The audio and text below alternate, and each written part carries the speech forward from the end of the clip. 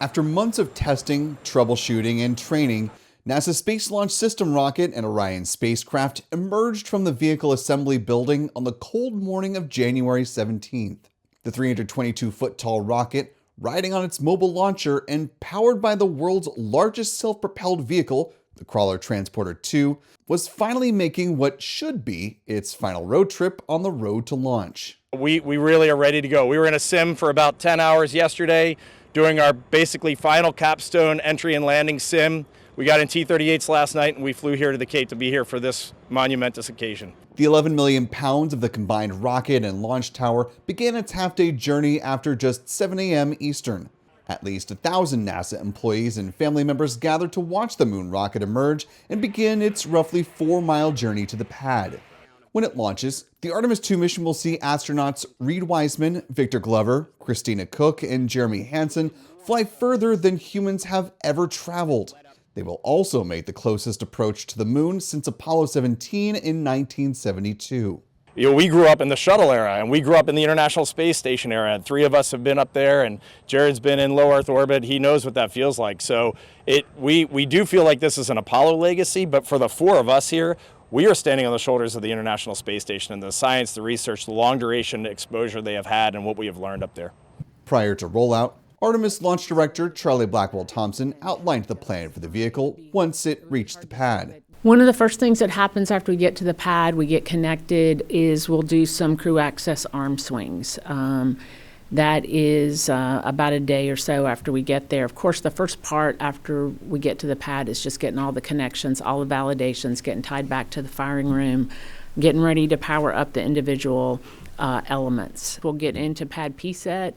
We load the boosters. Again, there's some weather dependencies there, so we'll certainly keep an eye on the weather. Luckily, we're not trying to do it in the summertime when you have lots of thunderstorms, so makes it a little bit easier this time of year.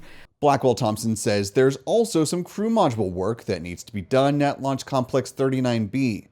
Amid the rollout, we spoke with Paul Benfield, the Orion Artemis II spacecraft manager at Lockheed Martin, about what their spacecraft will go through at the launch site. From the Orion standpoint, we don't have a lot of tests that we need to see results at the pad, so we'll go through a full power up, and for us it'll be a normal checkout, but there's no other tests where we're looking for specific results other than systems performing well and as expected.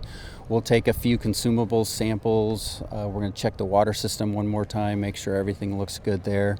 But overall, our checks on the Orion system are done. We're ready to go. We'll be confirming that everything still looks good at the pad. One of the biggest operations at the launch pad will be the wet dress rehearsal.